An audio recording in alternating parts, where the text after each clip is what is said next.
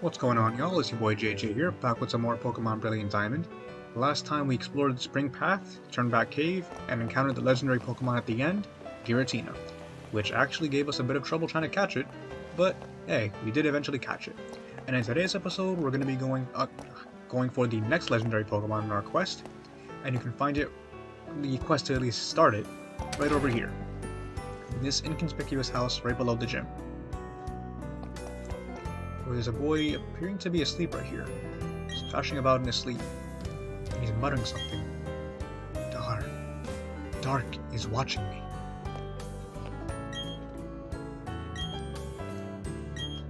And apparently what's happening to him used to happen in the past here. Once you talk to those two, you'll find out that the lady and the kid are actually related to this sailor here. And he's lost his love of sailing ever since his son fell into that deep sleep. And he needs the Lunar Feather. I think it was called a Lunar Wing in the old memes. And we're on our quest to get that feather at Full Moon Island.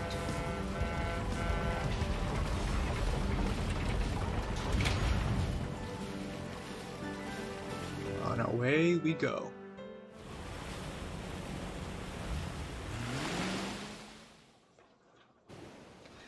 Full Moon Island is really small, as you can see here. And the only thing that's in our way is this. Not in our way. The only path to go is this right here. And as you can see in my party, I have a Gallade. No, I'm not using that permanent on my team. However, there is a reason why I'm using it.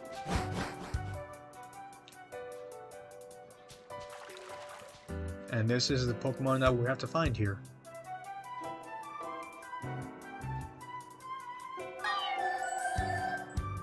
And it flew off somewhere.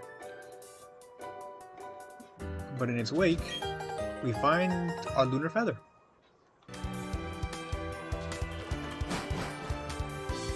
At least, yeah, we couldn't battle the Pokemon, but at least we found what we were looking for. That Pokemon we met was the Lunar Pokemon, Cresselia. Now, we encounter it, but we didn't actually get to battle it. And there is a reason why. But we'll get into that reason right after this. The Lunar Feather begins to glow. And he wakes up.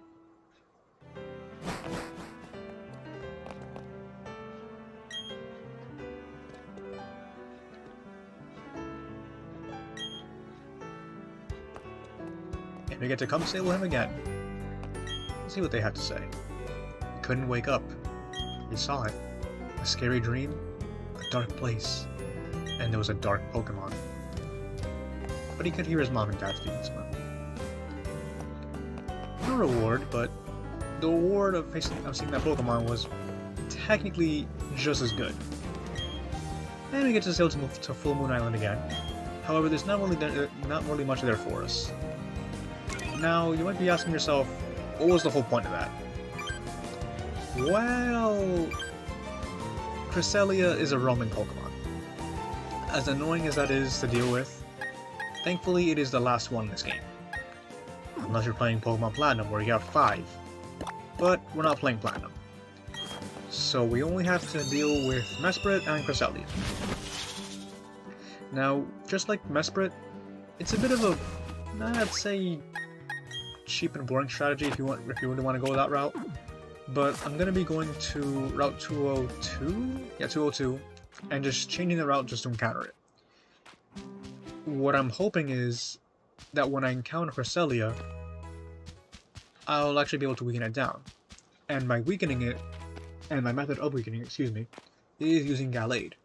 If Gallade is not fast enough, I'm going to have to whittle it down with Infernape's Mach Punch, which I do not want to do. Cresselia is functionally different from Mesprit.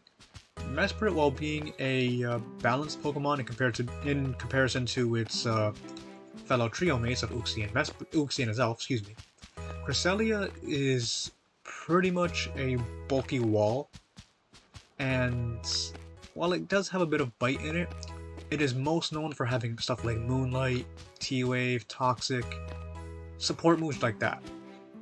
So having a Pokemon that's very bulky and having to whittle it down piece by piece, one turn and one encounter at a time, can take a while.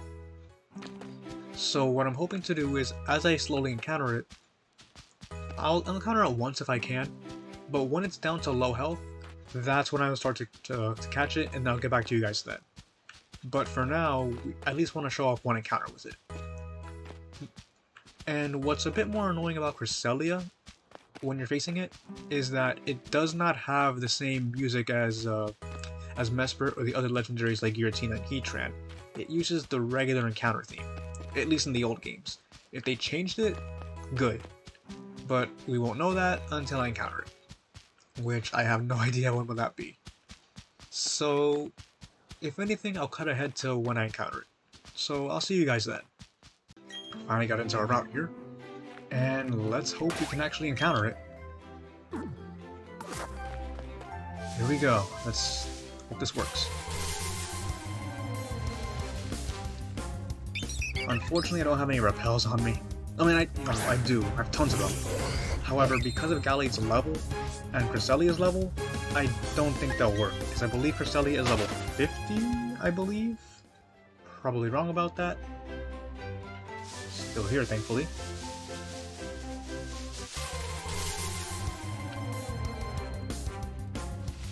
This is it. Legendary Pokemon, Cresselia. It's level 50.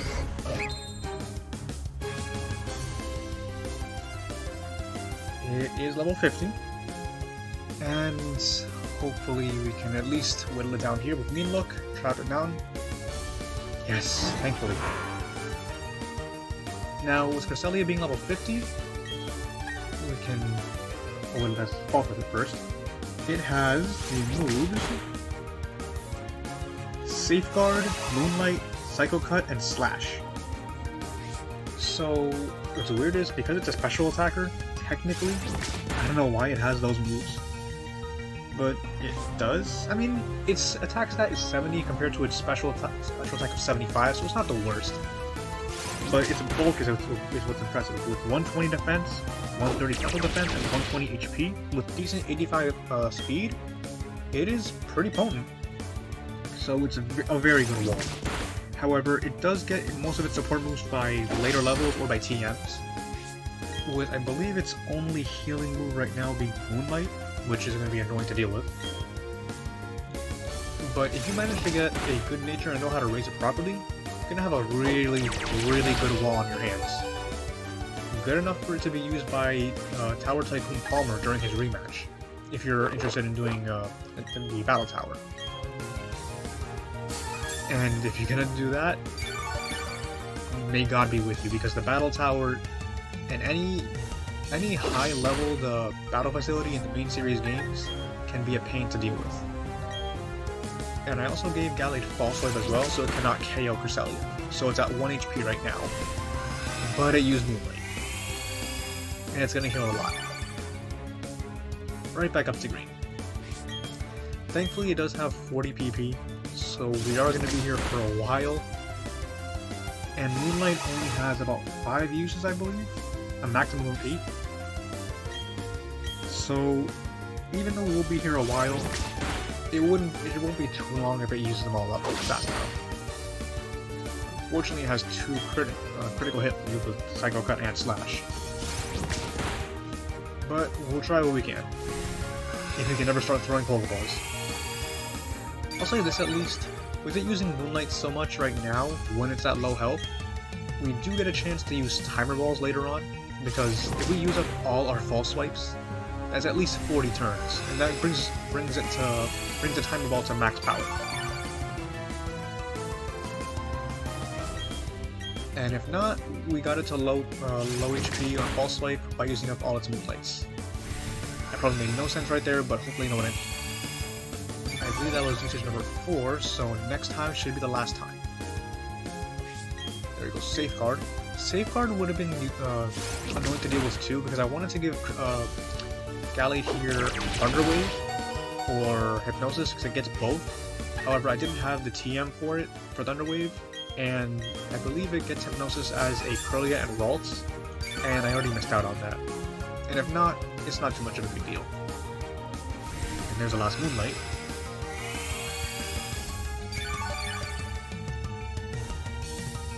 Okay, so now we can finally work at chipping this thing down. For good.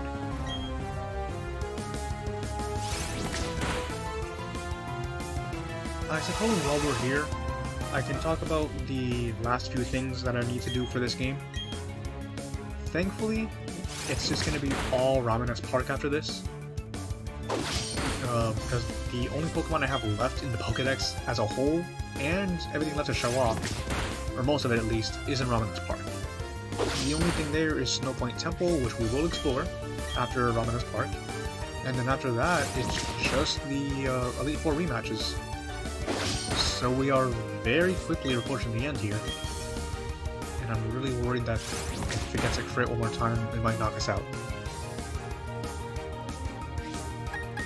Gotta heal up one, hopefully for the last time.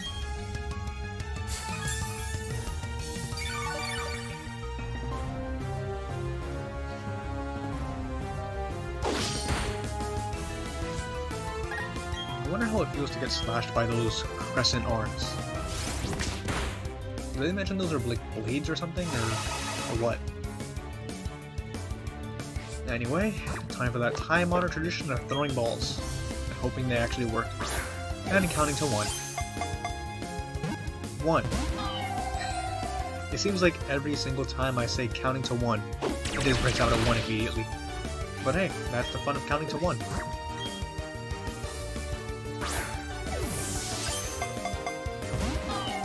And then it breaks out, because it doesn't want to count to 1.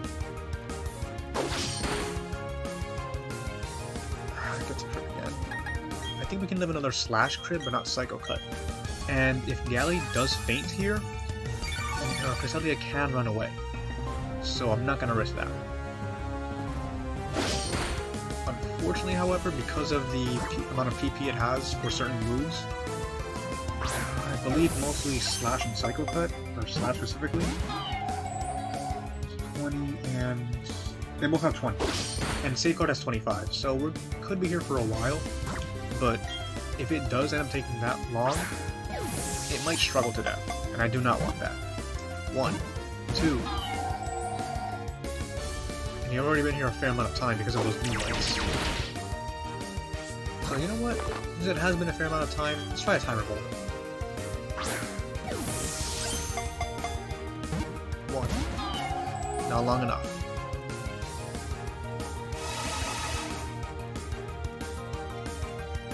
I was planning to use the Master Ball on Cresselia as well, but because of the Arceus event, I'm going to save it for that. And for one good reason, I'll go into when I unlock it. Not gonna risk it fainting. Gallade at least. Or both. Sorry the commentary is not too good right now. It's honestly kind of weird commentating about stuff like this because I'm only really throwing balls at this and just counting to 1. So it's kind of hard thinking of what I want to talk about, especially in situations like this. I default to thinking of what I want to do next for this channel because this is my first Let's Play about to end here. I am doing Legends Arceus as well at the same time, but I need to find time to stream that. Use a full restore here.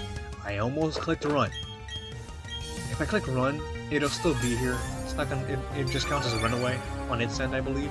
But I'm not gonna risk any kind of glitch like the beasts from Gen 3, from Myra Leafing the Johto beasts. If you know that glitch, you know the pain. 1. But as I was saying, once I finish Legends Arceus, I do want to come back here and finish the last 2 events. So I will be doing Darkrai and Arceus. Once those 2 games are done, however, I'm still debating to myself if I want to do Dark Souls 3, Dragon Ball Z Kakarot, or Metal Gear, the original Metal Gear for the MSX. However, I guess it's the order I want to play them, or how I can get an audience for them. I'll definitely play them, but I'll get to those games when I get to them. 2, 3, and we caught it. There we go. I say this is a good round to end off that little topic of discussion. And Rosary gets a level as well. And there it is, Cresselia. When it flies, it releases shiny particles from its veil-like wings. It is said to represent the crescent moon. And let's check it out, first and foremost. Hasty nature. Not too good, especially with its lower defense.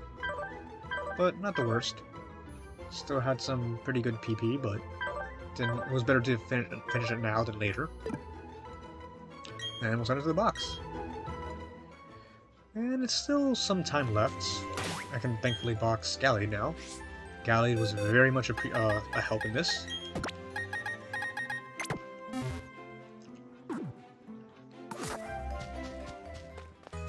And I don't think anybody else is damaged, so you know what? I'm gonna put a repel up again. Because let's honestly make our way to Ramanus Park. I believe we can actually fly there. However, you have to have entered the building before you can do that. So it's a bit annoying. We've actually visited the area during the main story. However, as I said, you have to go inside to fly there. So yeah. But thankfully, we have repels, we battled every trainer, so it's not an issue. The route is so much shorter after battling everybody. Fix this too. Oh, it's a far-fetched here. I forgot there's a swarm going on. And finally, those workers are gone, and we can now enter... Repel's effect wore off. We can now enter Ramanus Park, a place for new beginnings. And we have Professor Oak here. Special connection with the regions around the world, such as Kanto and Hoenn. Enter the Grand Underground too. There actually is a pretty big reason to do all that. And he gives us a gift of the chain counter. If you are doing Poke Radar shiny hunting, this will be your best friend. The Chain Counter app tracks Poke Radar performance, which means anytime you encounter a Pokemon using Poke Radar, the counter for that Pokemon goes up by 1. And you can actually track how many of a Pokemon you've encountered. Moving on, there's these counters right over here. These two ladies talking about mysterious shards, trading for slates. These shards here are found in the Grand Underground, and as you can see, I have a pretty large amount of them. The way they work is that you use these slates to encounter Pokemon in Ramanus Park. You can buy balls here as well, very helpful. Pretty much anything you need for what we're going to face in here. However, when we're talking about what we're going to face... Sleep? Oh, that's a Snorlax. There's also this girl as well, who's for a Pokechaps. The Pokechap she gives you is a kitchen timer Pokechap, which I honestly don't know what you would use the timer for, unless you're like cooking something, but don't really see a use for it. I believe she gives you one more as well after the next day.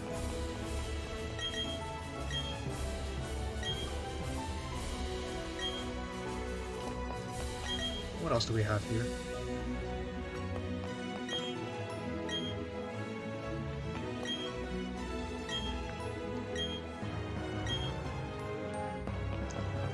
There's a lot of these trainers mentioning caves and Pokemon from faraway regions, which, as you might expect by now, because I believe it was everywhere during the promos for this game, the Pokemon you find here are legendary Pokemon.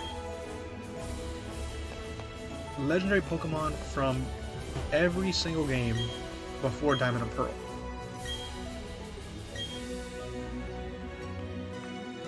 And while... Actually, you know what? I'm sorry guys. I know I'm like just cutting discussion right here, but after catching Cresselia and making our way here to Ramanus Park, I think it's a safe time to end the episode here, and I'll go over the full extent of this park in the next episode. I know it's a really sudden cutoff, but I think it's better to talk about this place in its entirety when I have more time to. Not that I'm getting cut short on time, but it's just easier that way. So, thank you again for watching, and I'll see you guys in the next episode where we explore Ramanus Park. Thank you again for watching.